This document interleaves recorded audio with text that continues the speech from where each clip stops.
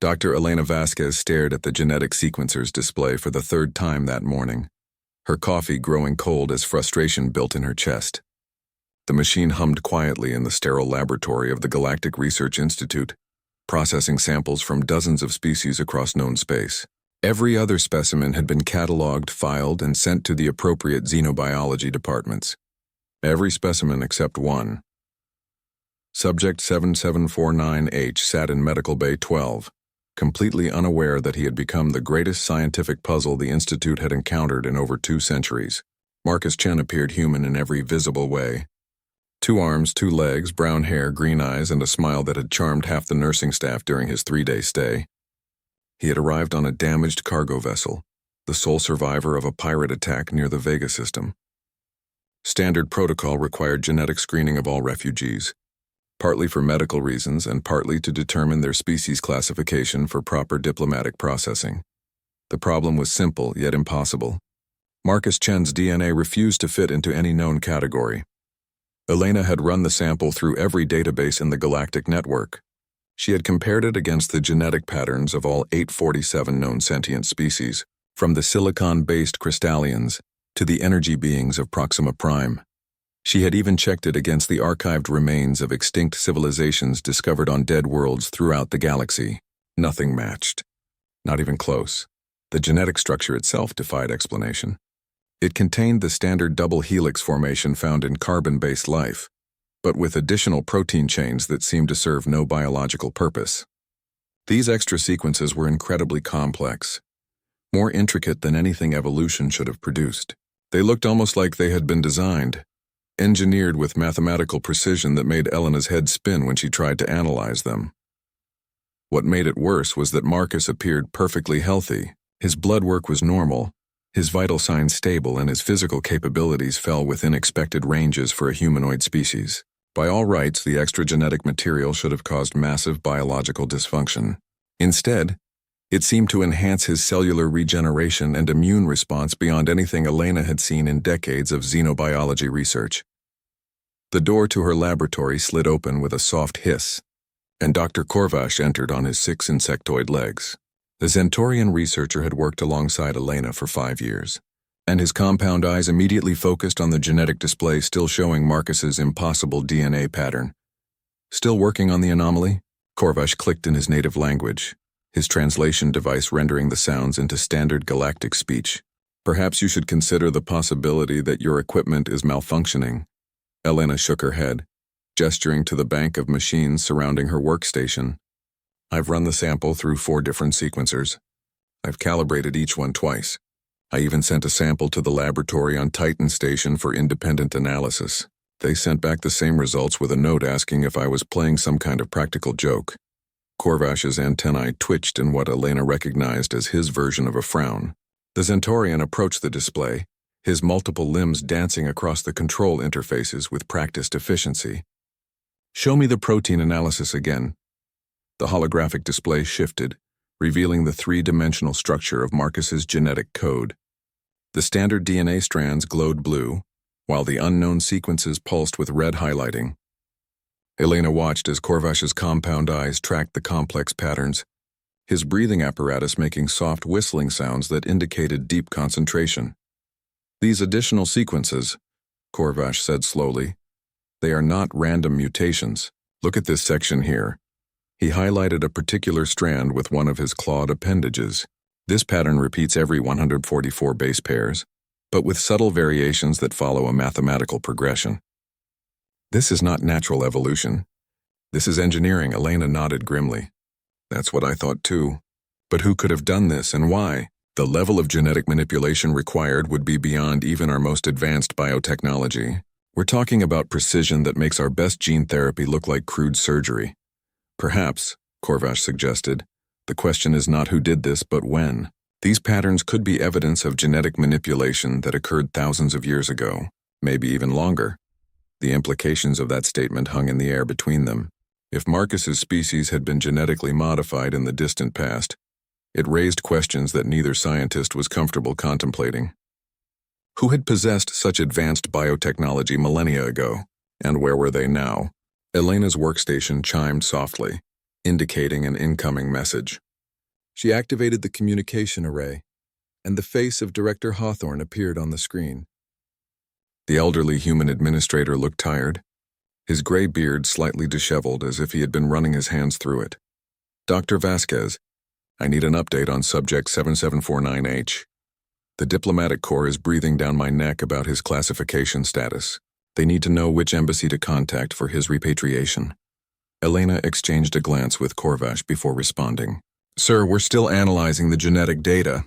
There are some unusual characteristics that require further investigation. How much further investigation? The man has been here for 3 days. Surely you can determine what species he belongs to by now. Director, Elena said carefully, I don't think he belongs to any species we've encountered before. His genetic structure contains elements that don't match anything in our databases. Hawthorne's expression shifted from impatience to concern. Are you telling me we have a first contact situation on our hands? I'm not sure what we have, sir.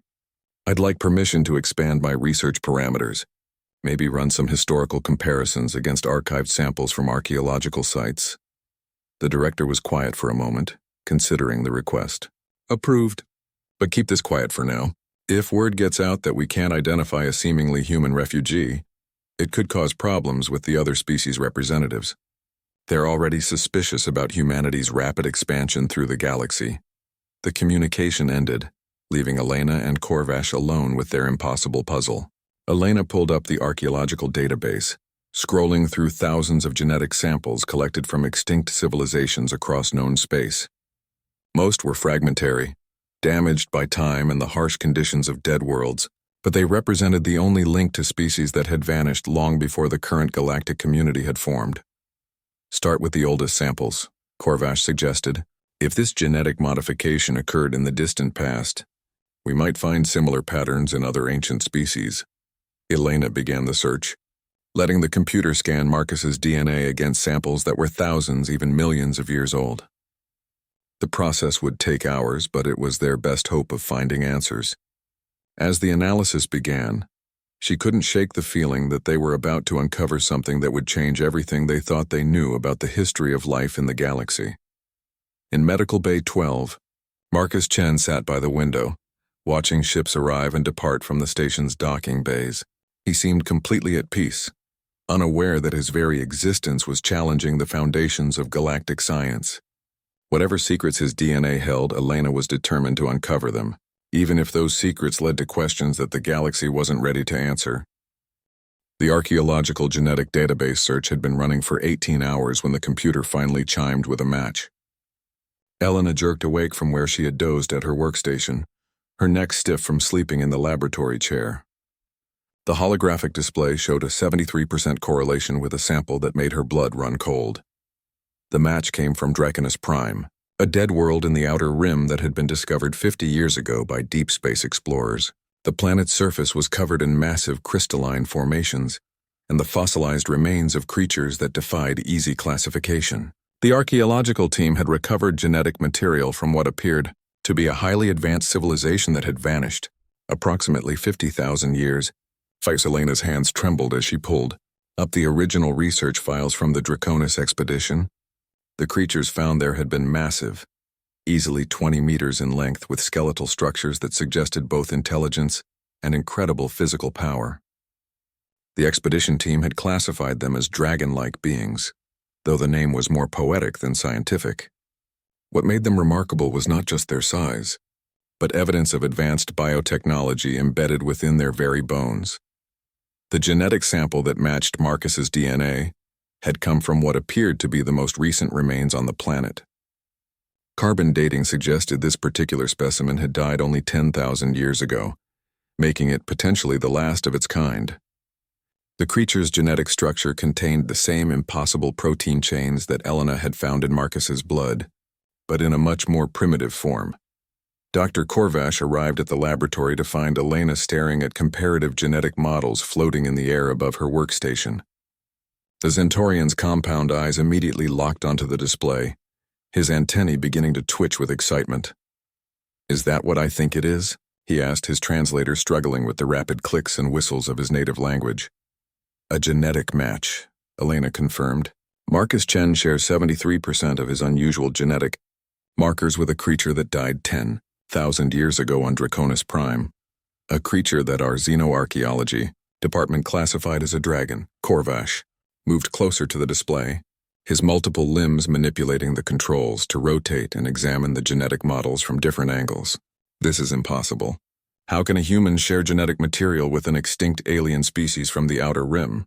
Elena had been asking herself the same question all morning. She pulled up Marcus's medical records, cross-referencing them with everything they knew about the Draconis specimens. Look at this. The dragon remains showed evidence of advanced genetic manipulation, just like Marcus. But in the dragon's case, the modifications appeared to be much older, more integrated into their natural biology. It's as if someone took the basic template from these creatures and refined it over thousands of years. Refined it into what? Into something that could pass for human, Elena said quietly. The question is why? The laboratory door opened again, and this time Director Hawthorne entered accompanied by two individuals Elena didn't recognize. One was a tall, pale woman wearing the dark blue uniform of Galactic Intelligence. The other was a shorter man with cybernetic implants along his temples, clearly from the Advanced Research Division. Dr. Vasquez, Hawthorne said, his voice carrying an edge of tension. I'd like you to meet Agent Reyes from Intelligence and Dr. Thorne from Advanced Research. They've been briefed on your findings. Agent Reyes stepped forward, her pale eyes scanning the genetic displays with professional interest. Dr. Vasquez, we need to discuss the security implications of your discovery. If Subject 7749H represents some form of advanced genetic engineering, we need to understand who is responsible and what their intentions might be. Dr. Thorne moved to the workstation, his cybernetic implants glowing softly as he interfaced directly with the computer systems. I've been reviewing your data remotely. The level of genetic sophistication you've uncovered suggests biotechnology far beyond anything currently available to any known species. This could represent either a significant breakthrough or a significant threat. Elena felt a chill run down her spine. You think Marcus might be some kind of weapon? We think, Agent Reyes said carefully, that Marcus might be part of something much larger than we initially assumed. Tell me, has he displayed any unusual abilities during his stay here? Elena exchanged a glance with Corvash before answering. His cellular regeneration is remarkably efficient. He healed from several injuries sustained during the pirate attack, much faster than normal human physiology would allow. His immune system also appears to be extraordinarily robust. Dr. Thorne's implants flickered more rapidly. I'm accessing the medical bay monitoring systems. Over the past 3 days, Subject 7749H's body temperature has remained exactly 98.6 degrees Fahrenheit, regardless of ambient conditions. His heart rate has never varied by more than 2 beats per minute. His sleep cycles are perfectly regular, exactly 8 hours every night. That's not possible, Corvash interjected. No biological system maintains such precise parameters without some form of technological assistance. Unless, Elena said slowly, the technology is built into his genetic structure.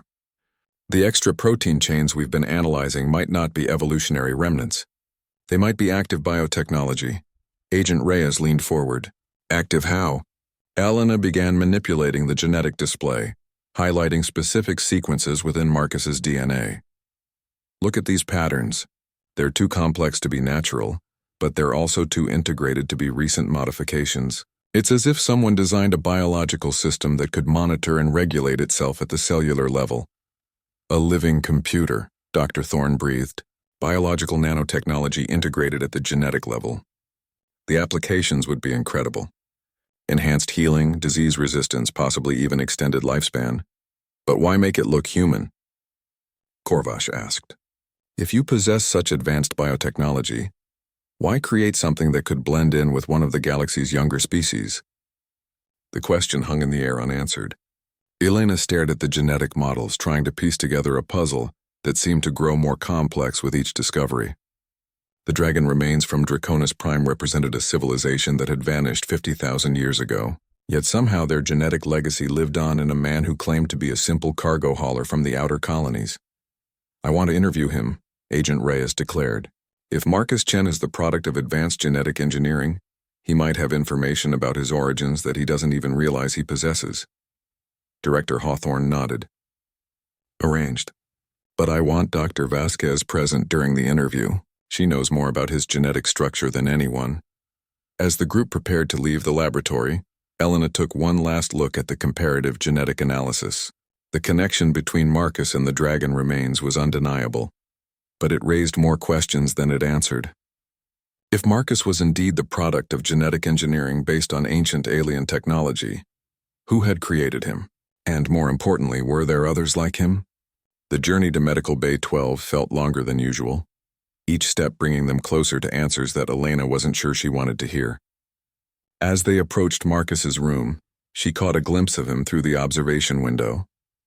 He sat reading a datapad, looking completely ordinary and utterly human. Yet beneath that familiar exterior lay genetic secrets that could reshape their understanding of life itself. Elena wondered if Marcus knew what he truly was, or if he was as much a mystery to himself as he was to the rest of them. In a few minutes they would begin to find out. The answers they discovered might change not just Marcus's fate, but the fate of the entire galaxy. Marcus Chen looked up from his datapad as the door to his medical bay slid open, revealing more people than he had seen together since arriving at the station. Dr. Vasquez entered first, followed by an older man he recognized as the director, and two strangers whose professional bearing immediately put him on edge. "Marcus," Dr. Vasquez said with a smile that didn't quite reach her eyes, "we'd like to ask you some questions about your background, if that's all right." He set down the datapad and gestured to the chairs scattered around the room. "Of course. Though I have to say, this feels a bit more formal than a routine medical checkup." Agent Reyes took a seat across from him, her pale eyes studying his face with uncomfortable intensity. "Marcus, can you tell us about your family? Your parents, grandparents, any relatives you might have?" The question seemed innocent enough, but Marcus caught the underlying tension in the room. "I grew up on Kepler Station. My parents died in a transport accident when I was 12. After that, I was raised by the station's community programs until I was old enough to work cargo runs." "What about before Kepler Station?" Dr. Thorne asked, his cybernetic implants casting a soft blue glow on his temples. "Do you know where your parents came from originally?" Marcus frowned, searching his memory. "My father used to tell stories about growing up on a farm world called Haven's Rest, but I've never been able to find it in any of the star charts. He said it was a quiet place far from the main shipping routes. My mother never talked much about her past." Elena leaned forward. "Marcus, have you ever felt different from other people? Stronger? Faster? Able to heal from injuries more quickly than normal?" The question struck closer to home than Marcus was comfortable admitting. He had always been different, though he had learned early to hide it. The bruises that faded overnight, the cuts that sealed themselves within hours, the way he never seemed to get sick even when everyone around him was fighting off some station plague. "I've always been pretty healthy," he said carefully. "Lucky genes, I guess." Agent Reyes exchanged a glance with Dr. Thorne. "Marcus, we've been analyzing your blood work. Your genetic structure contains some unusual characteristics that we'd like to understand better. Have you ever undergone any kind of genetic therapy or enhancement procedures?" "No," Marcus replied, though a strange sensation was building in the back of his mind. It felt like a distant memory trying to surface, something important that had been buried deep in his consciousness. "At least I don't think so. Why? Is something wrong with my blood?" Elena spoke gently. "Nothing's wrong exactly. It's just that your DNA contains patterns we've never seen before, patterns that suggest some form of advanced genetic modification." The words hit Marcus like a physical blow. Genetic modification meant he wasn't entirely human, wasn't what he had always believed himself to be.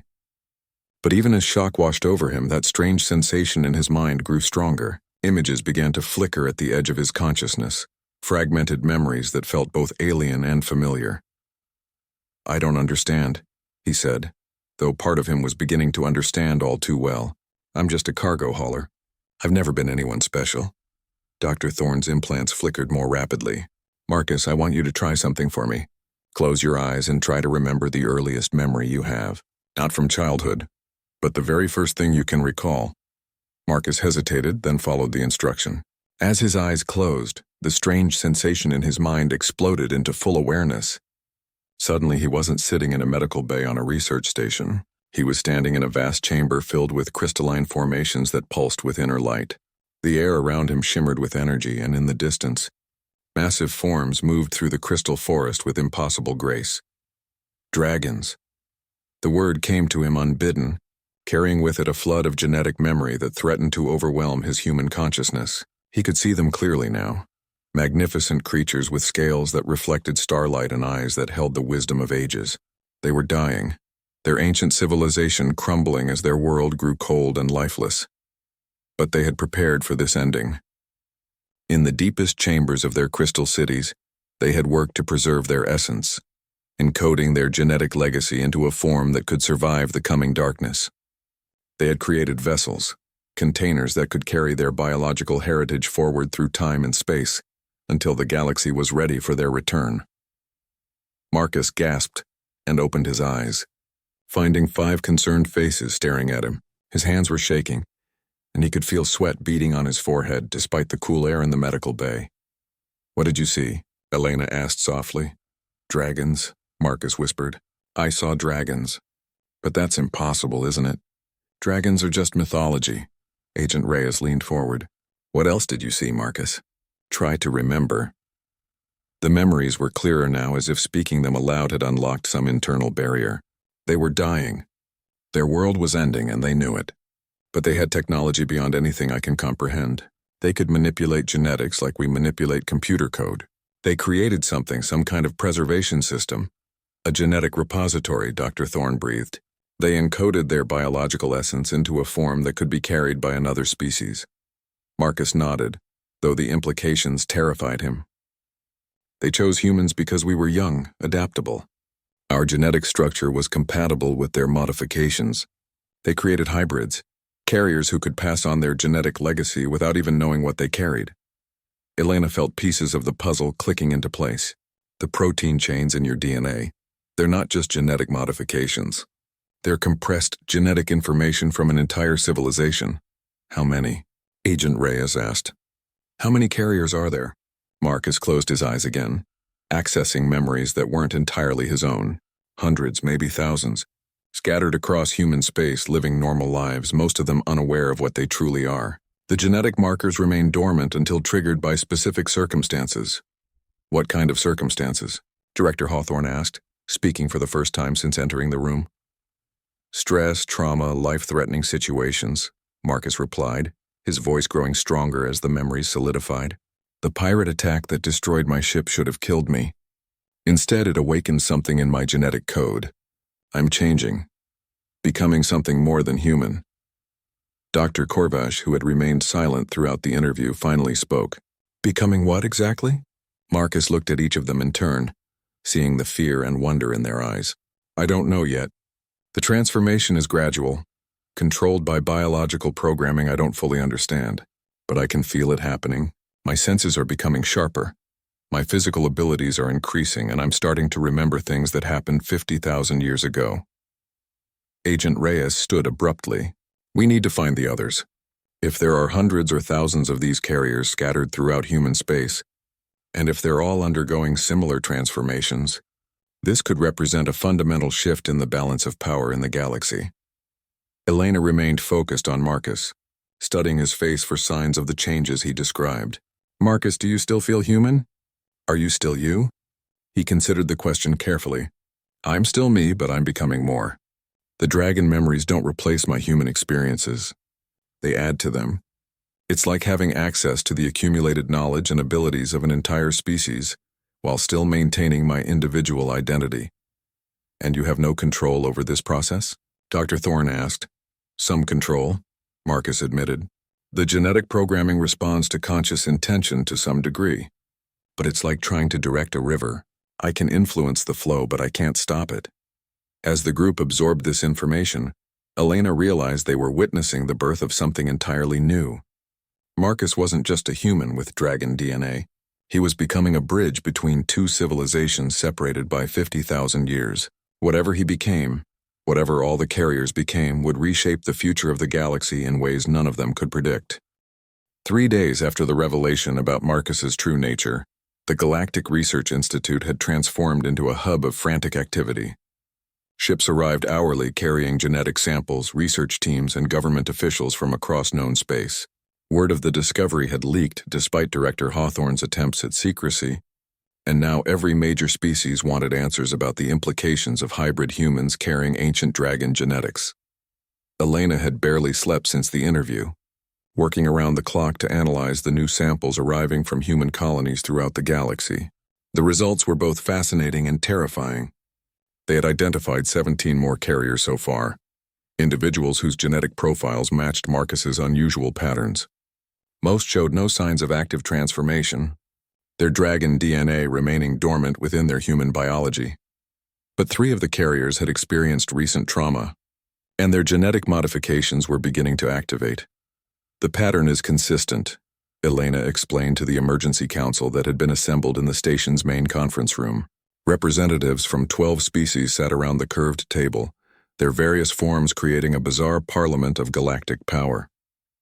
Extreme stress or life-threatening situations trigger the dormant genetic sequences. Once activated, the carriers begin developing enhanced physical abilities, accelerated healing, and access to genetic memories from the dragon civilization. Ambassador Kelthera of the Arcturian Empire leaned forward, her crystalline features reflecting the light from the conference room's displays. Dr. Vasquez, you're describing the emergence of a new subspecies with capabilities that could potentially rival our most advanced military units. What assurance do we have that these hybrids won't pose a threat to galactic stability? Before Elena could respond, the conference room doors slid open and Marcus entered, accompanied by 2 security guards. The transformation in his appearance was subtle but unmistakable. His movements had gained a fluid grace that seemed almost predatory, and his green eyes now held flecks of gold that seemed to glow with their own inner light. Perhaps, Marcus said, his voice carrying harmonics that hadn't been there a week ago. You should ask me directly. The room fell silent as Marcus took a seat at the table. Elena noticed that several of the alien representatives had tensed, their various defensive postures making it clear that they sensed something fundamentally different about him. I've been listening to the discussions about my people, Marcus continued, using a term that surprised everyone present. Yes, my people, because that's what we are now, whether we chose it or not. Humans carrying the genetic legacy of an ancient civilization, awakening to abilities we don't fully understand. General Vex of the Terran military spoke next, his augmented vocal cords giving his words a mechanical edge. Subject Chen, our analysts estimate that there could be thousands of individuals like you scattered throughout human space. If they all undergo similar transformations, they could represent a significant military advantage for humanity. Some in the galactic community see this as a potential prelude to human expansion at the expense of other species. Marcus turned to face the general, and Elena saw something flash in his golden-flecked eyes that made her shiver. General, you're thinking about this in terms of human versus alien politics. But that paradigm doesn't apply to us anymore. The genetic memories I've accessed show me perspectives that span 50,000 years. The petty territorial disputes between current galactic powers seem insignificant compared to the challenges our civilization faced. Dr. Thorne, who had been monitoring Marcus's vital signs through discrete sensors, spoke up. Marcus, can you describe these genetic memories in more detail? Are you accessing the actual experiences of individual dragons, or is it more like inherited knowledge? Both, Marcus replied. I can access specific memories from individual dragons, complete with their emotional context and sensory experiences. But I also have access to their collective knowledge base. Scientific discoveries, philosophical insights, cultural achievements accumulated over millions of years of civilization. The implications of this statement rippled through the assembled representatives. Ambassador Sektar of the Vegan Confederation, a tall insectoid being, clicked his mandibles nervously. You're describing access to the technological and scientific knowledge of a civilization that was already ancient when our species first achieved spaceflight. The advantages this could provide are incalculable. Which brings us to the central question, Agent Reyes interjected from her position near the wall. Marcus, what do you and the other carriers intend to do with these abilities and knowledge? What are your plans for the future? Marcus was quiet for a long moment, his enhanced senses apparently processing information at levels the others couldn't perceive. When he spoke again, his voice carried a weight of authority that hadn't been there before. The dragons didn't preserve their genetic legacy as a gift to humanity, he said. They did it because they foresaw threats to the galaxy that current civilizations aren't equipped to handle. The genetic memories include warnings about dangers from beyond known space, cosmic-scale challenges that will require cooperation and capabilities that no single species currently possesses. Elena leaned forward. What kind of threats? Extinction-level events that occur on galactic timescales, Marcus replied. The dragons survived 3 such events during their civilization's existence. They learned to recognize the patterns, the warning signs that indicate when the galaxy itself is in danger. According to their calculations, we're approaching another such event. The conference room erupted in concerned chatter as representatives conferred with their advisors through various communication methods. General Vex's augmented features displayed scrolling tactical data as he consulted with Terran Command. Ambassador Kelthera's crystalline form pulsed with rapid light patterns as she communicated with the Arcturian fleet. Director Hawthorne called for order. Marcus, these are serious claims. Do you have any evidence to support the existence of these galactic-scale threats? Marcus closed his eyes, accessing genetic memories that reached back through geological ages. The dragons documented everything, star charts showing the movement of dark matter streams that destabilize solar systems, gravitational anomalies that precede the arrival of extragalactic predators, energy signatures from the galactic core that indicate approaching wave functions that sterilize entire sectors of space. Dr. Korvash, who had been analyzing the data from Marcus's genetic scans, suddenly looked up from his workstation. The mathematical progressions in his DNA sequences. I thought they were related to biological processes, but what if they're astronomical calculations? What if the dragons encoded star charts and predictive models into the genetic structure of the carriers? That's exactly what they did, Marcus confirmed. Every carrier contains fragments of the complete data set. As more of us awaken, we'll be able to access the full scope of their warnings and their solutions. Ambassador Sektar's compound eyes fixed on Marcus with new intensity. Solutions? The dragons developed methods for surviving these galactic threats. They developed technologies that current galactic civilization considers impossible, Marcus said. Faster-than-light communication across galactic distances, energy manipulation on stellar scales, biological enhancement that allows survival in environments that would destroy conventional life forms. But most importantly, they learned how to coordinate the efforts of multiple species toward common goals. Agent Rhea stepped forward. You're describing capabilities that could revolutionize galactic civilization, or destroy it entirely, depending on how they're used. What guarantee do we have that the carriers will use this knowledge responsibly? Marcus stood, and Elena noticed that he now moved with a predatory grace that seemed to flow from genetic memories of creatures that had been apex beings on their world. You don't have any guarantees, he said simply. But consider the alternative. If the dragon predictions are correct, current galactic civilization has perhaps 50 years before the next extinction-level event begins. You can spend that time fighting over the potential threat posed by a few thousand enhanced humans. Or you can work with us to prepare for survival on a cosmic scale. The weight of his words settled over the assembly like a gravitational field. Elena realized that they were no longer dealing with questions of genetic classification or diplomatic protocol. They were facing the possibility that humanity's random encounter with ancient dragon genetics might be the key to the galaxy's survival. The question now was whether the galactic community would be wise enough to recognize that opportunity before it was too late. 2 weeks after the emergency council meeting, the galaxy was in chaos. News of the dragon-human hybrids had spread beyond government channels, creating panic in some sectors and wild speculation in others. Human colonies reported individuals suddenly manifesting enhanced abilities after experiencing traumatic events. Other species demanded immediate action to contain what they saw as a potential human supremacy, movement backed by ancient alien technology. Elena found herself at the center of a research effort unlike anything in galactic history. The Galactic Research Institute had been expanded overnight, with temporary laboratories constructed to accommodate teams from every major civilization. Despite the political tensions, the scientific community had united around a single goal: understanding the dragon genetic legacy before the predicted galactic threat materialized.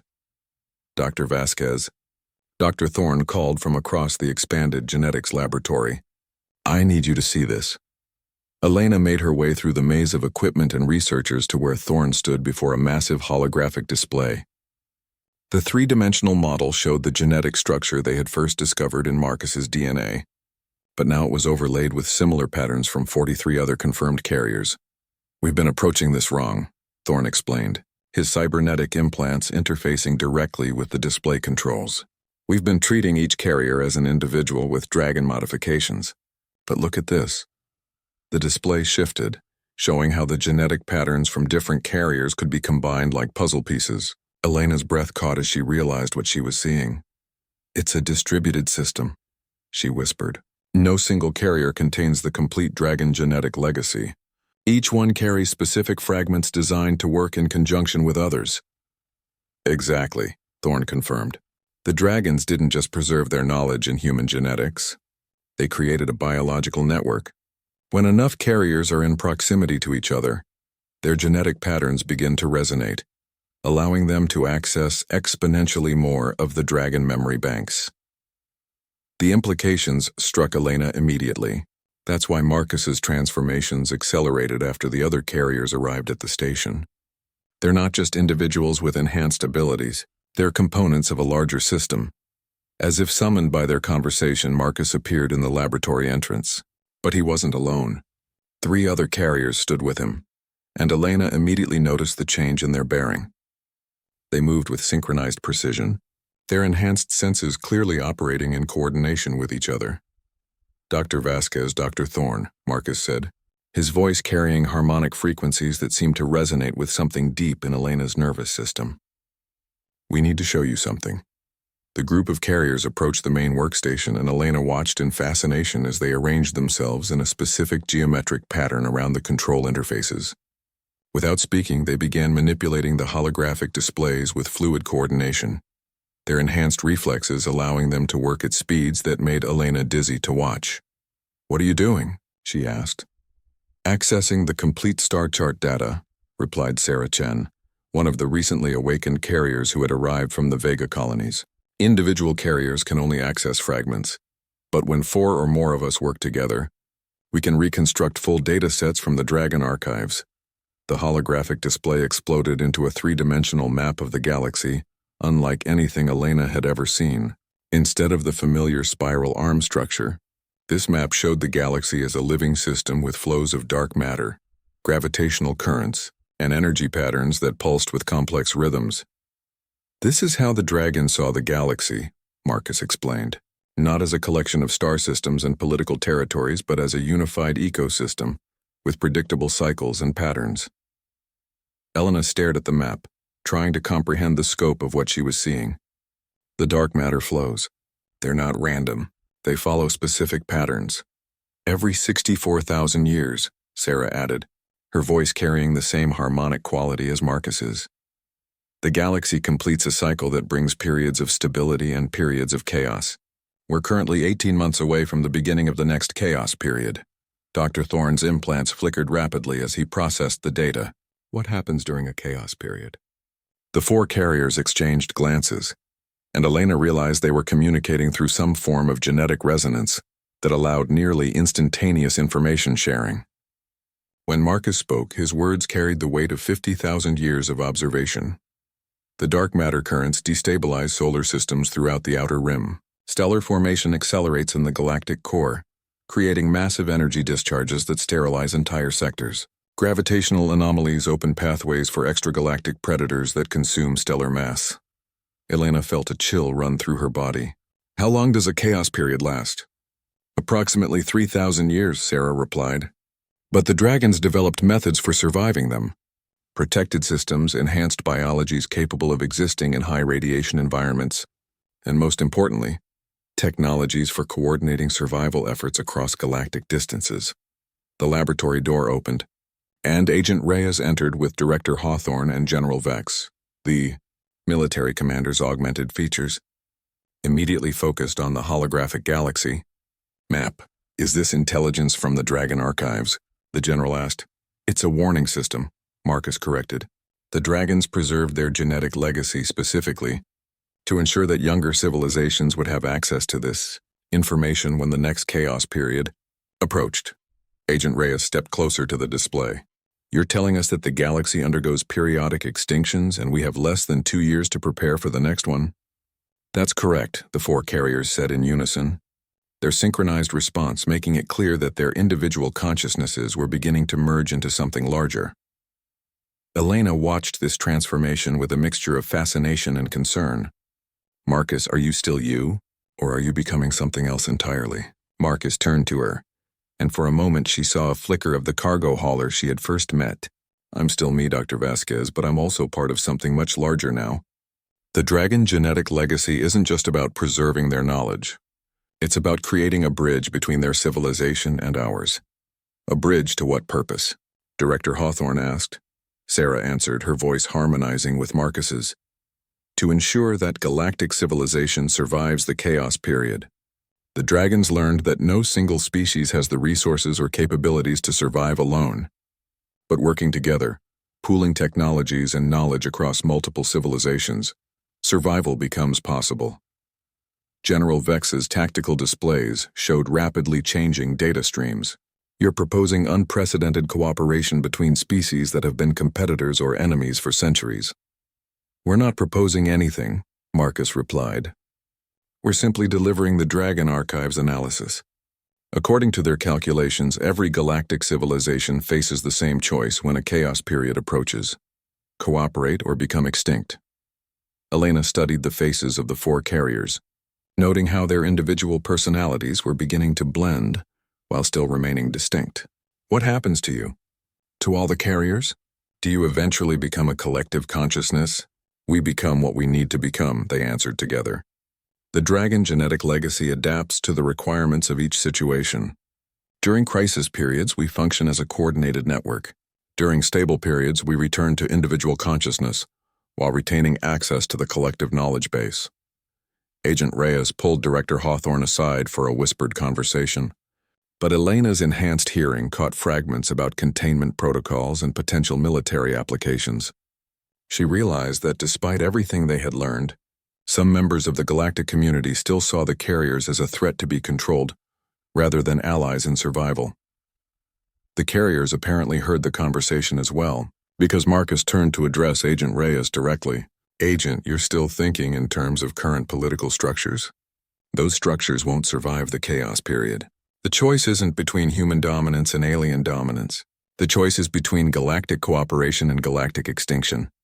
As if to emphasize his point, the holographic display shifted to show historical records from previous chaos periods. Elena watched in horror as entire sectors of the galaxy went dark, their star systems consumed by gravitational anomalies and extragalactic predators. The scope of destruction was beyond anything her human mind could fully comprehend. How many civilizations survived the last chaos period? She asked quietly. None, the carriers replied in unison. Every galactic civilization that existed 64,000 years ago is extinct. The dragons survived only because they had learned to transcend their original biological limitations. They became something new. Elena looked at Marcus and the other carriers, finally understanding the true magnitude of what they represented. They weren't just humans with enhanced abilities. They were the first step in the evolution of an entirely new form of consciousness, one designed specifically to help galactic civilizations survive cosmic-scale disasters. Whether that evolution would be seen as salvation or catastrophe would depend on how quickly the galaxy's current inhabitants could adapt to a reality far larger and more dangerous than they had ever imagined. 6 months had passed since the first revelation about Marcus's genetic heritage, and the galaxy had split into 3 distinct factions.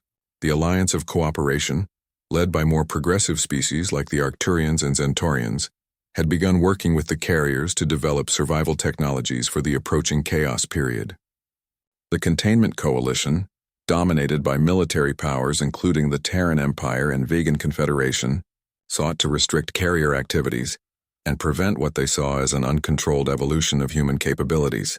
The third faction, the Isolationists, had withdrawn their species from galactic politics entirely, hoping to weather the coming storm alone. Elena stood in the observation deck of the newly constructed Dragon Archive research station, watching as massive construction ships assembled what would become the galaxy's first cooperative survival habitat. The station was a joint project between 12 species, incorporating technologies that none of them could have developed alone.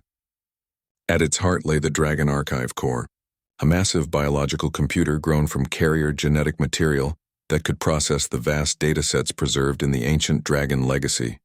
"Remarkable, isn't it?" Marcus said, appearing beside her with the silent grace that had become characteristic of the awakened carriers.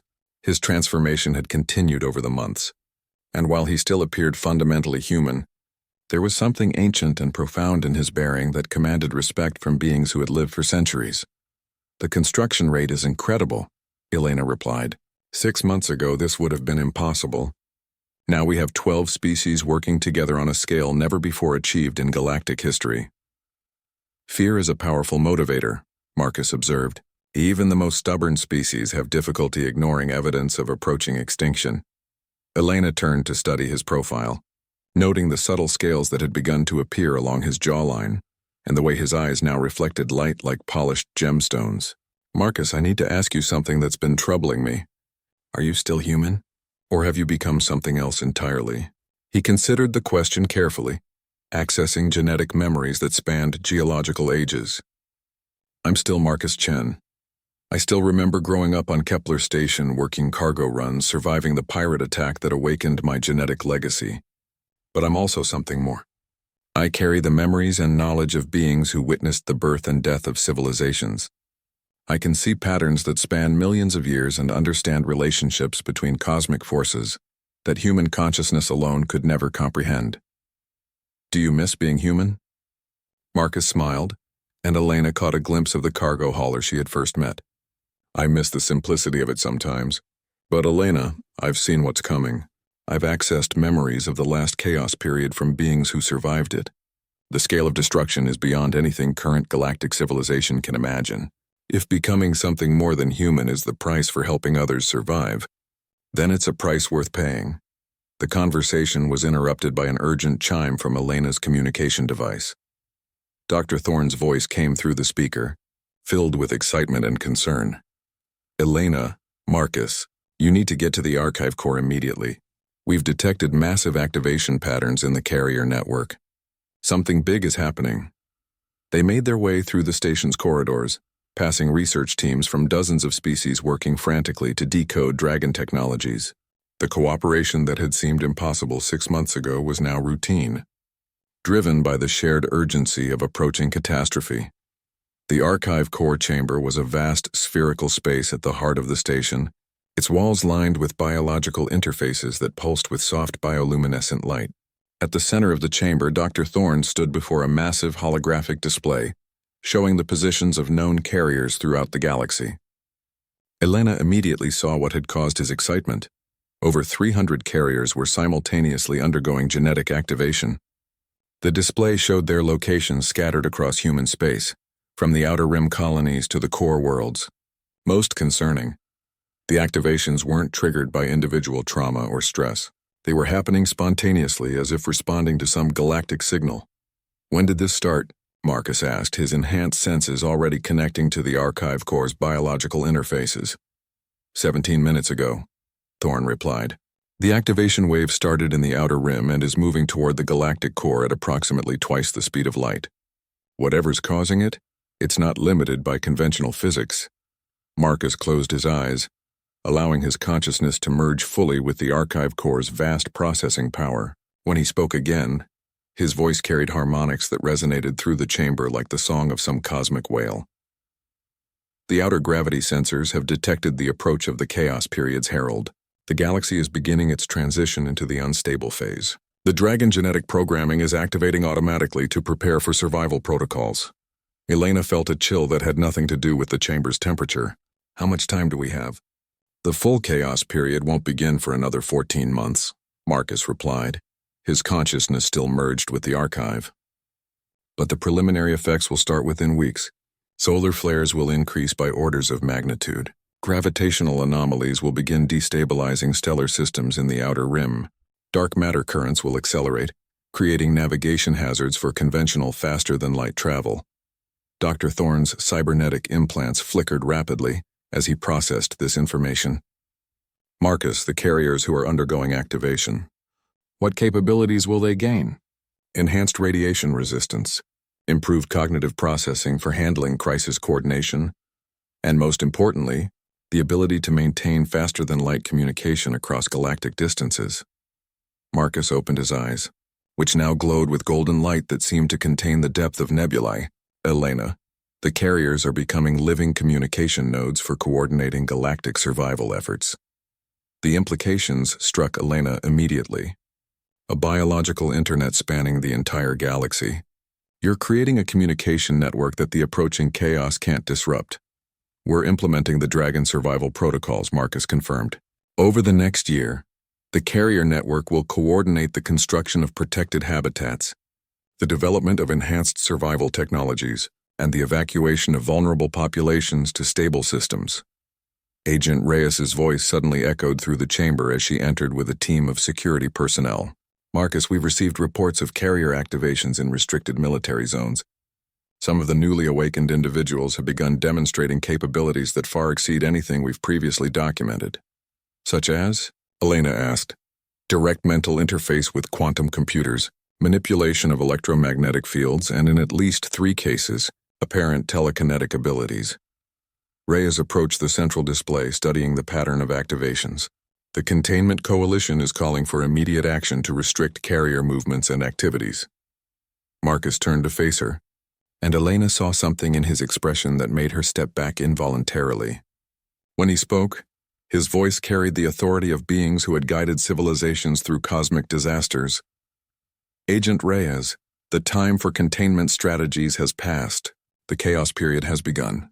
Every day spent on political maneuvering is a day lost from survival preparations. The carriers are awakening because the galaxy needs them to awaken. You can work with us to coordinate survival efforts, or you can waste precious time trying to control forces beyond your comprehension. And if the Containment Coalition chooses to use military force against the carriers, Reyes asked, then they will discover that beings capable of surviving galactic-scale disasters are also capable of defending themselves against conventional military assets. Marcus's words carried no threat, only the quiet certainty of someone stating an obvious fact. But more importantly, they will condemn billions of lives to extinction by disrupting coordination efforts that could save them. Elena watched the exchange with growing understanding. The carriers weren't just individuals with enhanced abilities anymore. They were becoming something that transcended current definitions of life and consciousness. The question was whether galactic civilization would be wise enough to accept their help before the chaos period made cooperation irrelevant. The archive core's bioluminescent displays suddenly flared brighter, indicating massive data processing. When the light faded, new information appeared on the holographic displays. Elena stared at star charts showing the predicted progression of chaos period effects, evacuation routes to stable systems, and construction schedules for survival habitats. The survival protocols are now fully active, Marcus announced. In 14 months, the galaxy will enter a period of destruction that will last 3,000 years. We have that long to prepare, and the carriers will coordinate every aspect of that preparation. The question now is whether the current galactic powers will help us save as many lives as possible, or whether they'll waste time fighting a transformation that's already beyond their control.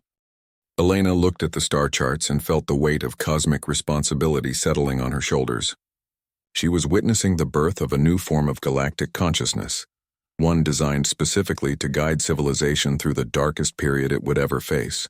Whether that birth would be seen as salvation or catastrophe would be determined in the coming months, as the galaxy faced choices that would echo through the next 64,000 years.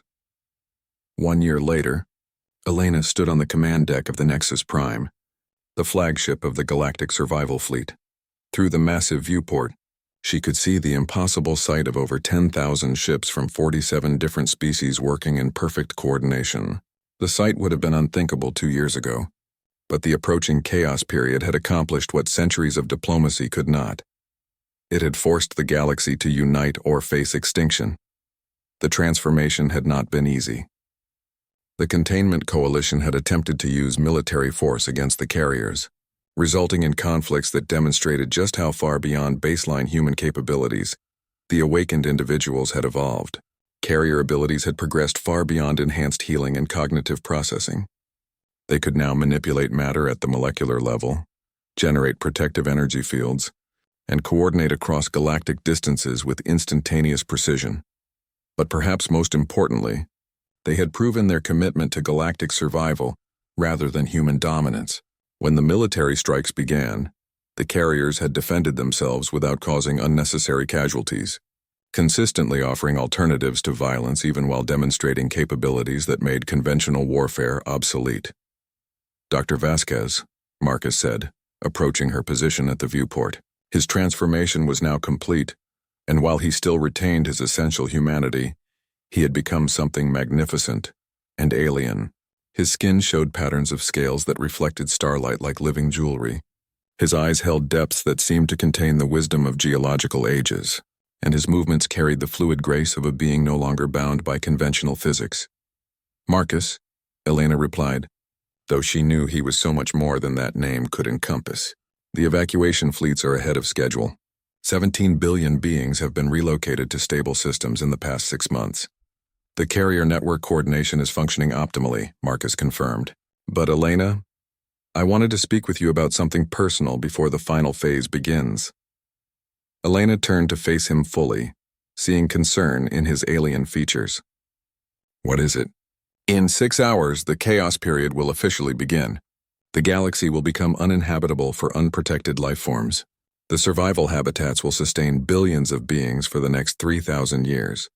But the carriers themselves will need to enter a different state of existence to coordinate protection efforts across that timescale." The implications of his words struck Elena with unexpected force. "You're leaving, aren't you? All of you." "Not leaving," Marcus said gently. "Evolving.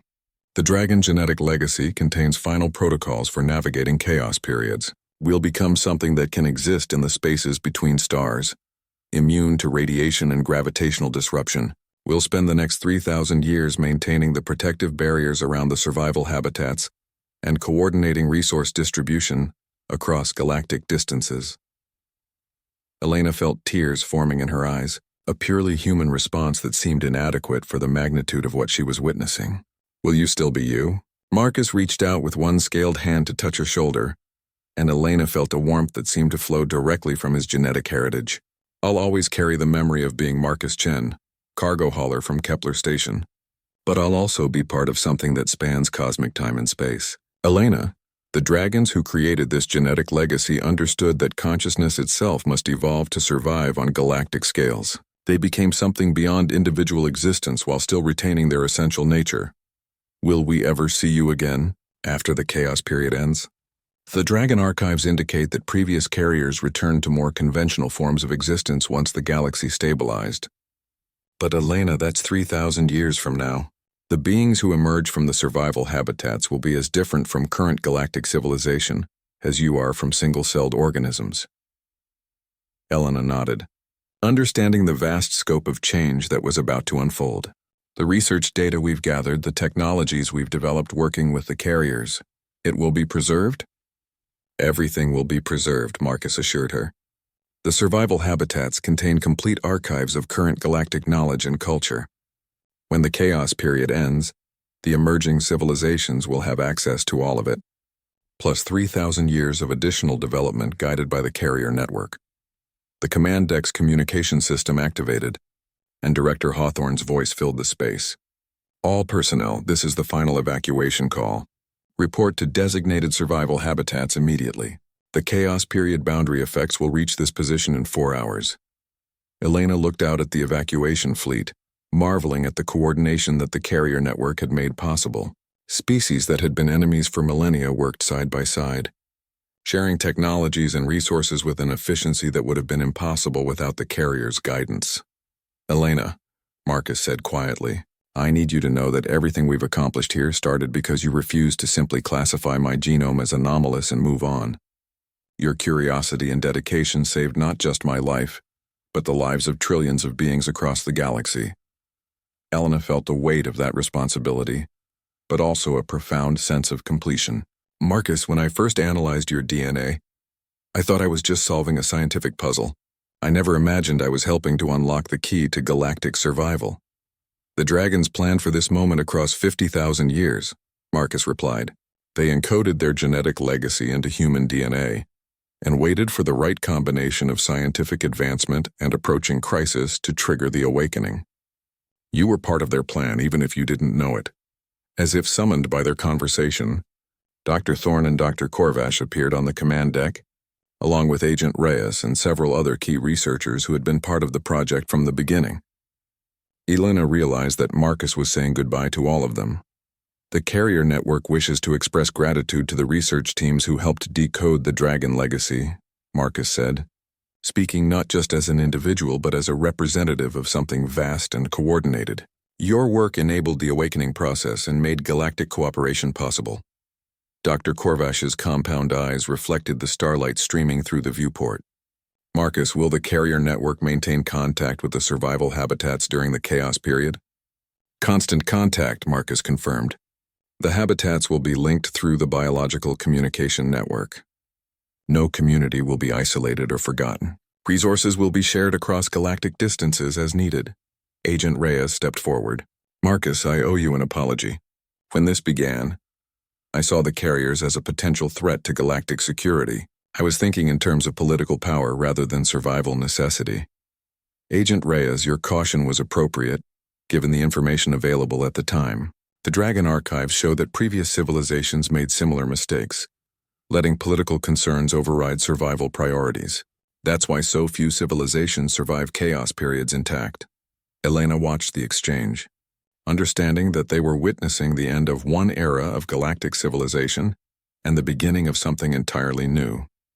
The carriers had evolved beyond individual existence to become guardians of life itself on cosmic scales.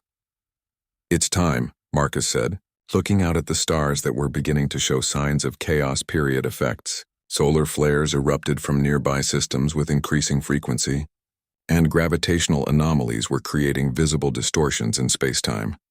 Elena watched as Marcus and the other carriers throughout the fleet began to transform one final time. Their physical forms became less solid, taking on qualities of pure energy while still maintaining recognizable shapes. They were becoming beings capable of existing in the hostile environment that the galaxy was about to become. Goodbye, Elena, Marcus said, his voice now carrying harmonics that seemed to resonate across multiple dimensions. When the galaxy stabilizes in 3,000 years, remember that humanity's greatest contribution to galactic civilization wasn't technology or conquest. It was providing a genetic foundation for consciousness that could evolve to protect life itself across cosmic timescales. Elena nodded, unable to speak as she watched Marcus and hundreds of other carriers phase out of normal spacetime, becoming part of the vast protective network that would shepherd galactic civilization through its darkest period. As the evacuation fleet completed its journey to the designated survival systems, Elena looked back at the galaxy they were leaving behind. Already she could see the effects beginning. Stars flared with violent energy releases, and dark matter currents created visible streams of destruction across the spiral arms. But she also knew that scattered throughout that chaos, an invisible network of evolved consciousness would maintain vigilant protection over billions of lives. The carriers had transcended their human origins to become something that could preserve not just individual species, but the very concept of life and intelligence across galactic scales. Elena understood that she was witnessing the birth of a new form of existence, one that bridged the gap between individual consciousness and cosmic forces. Whether future civilizations would remember the carriers as guardians, gods, or simply as an evolutionary step in the development of galactic consciousness, their legacy would endure as long as intelligence itself survived in the universe. The chaos period had begun, but for the first time in galactic history, life itself had evolved the capability to survive it intact. The Dragon's 50,000-year plan had succeeded, and the galaxy would emerge from the coming darkness stronger and more unified than ever before.